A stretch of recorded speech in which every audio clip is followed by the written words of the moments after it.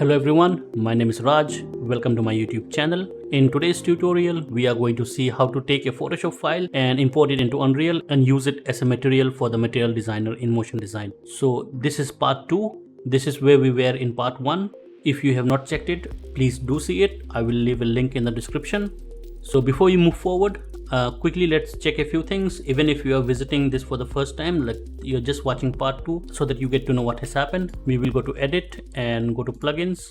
Of course, the first thing that you need to turn on is motion design, which we already have. The second is just search for PSD and you need to turn on PSD importer. And now for this tutorial, we need to turn on this one as well, PSD importer material designer. So I will click on this and say yes and do a restart. Now I'm going to start fresh, so I'll right click and I will make a new level.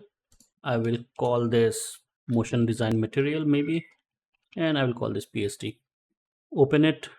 It has nothing, so what I will do is first I will switch on the motion design and I will create the defaults first. So create defaults, go with everything and click on spawn. In the first part we already had imported a Photoshop file, but let me just do it quickly once again. So I will just create a new folder here and I will call this new PSD and I will right click and I will import to current folder, and this is my Photoshop file, and click on open. So double click and now you can see all the layers are here, and if I just quickly drag and drop, you can see that this is the Photoshop file, but this is not how we are going to use it. We are going to use it as a material for the material designer, right?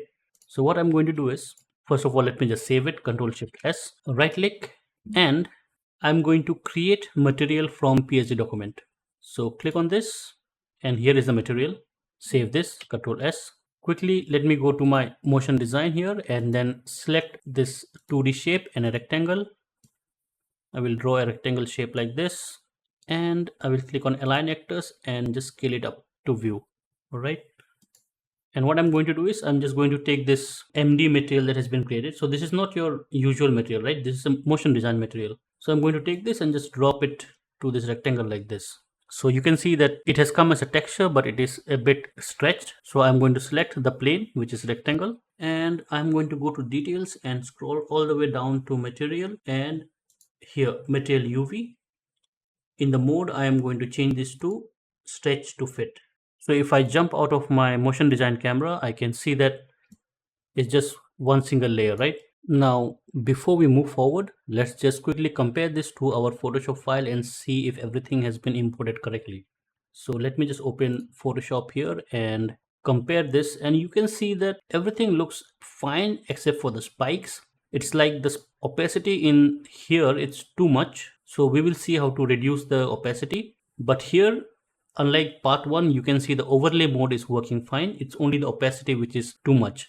So if I compare this, you can see that here the spikes are very light and transparent, but here it is very dark and opaque. So yeah, we will fix this.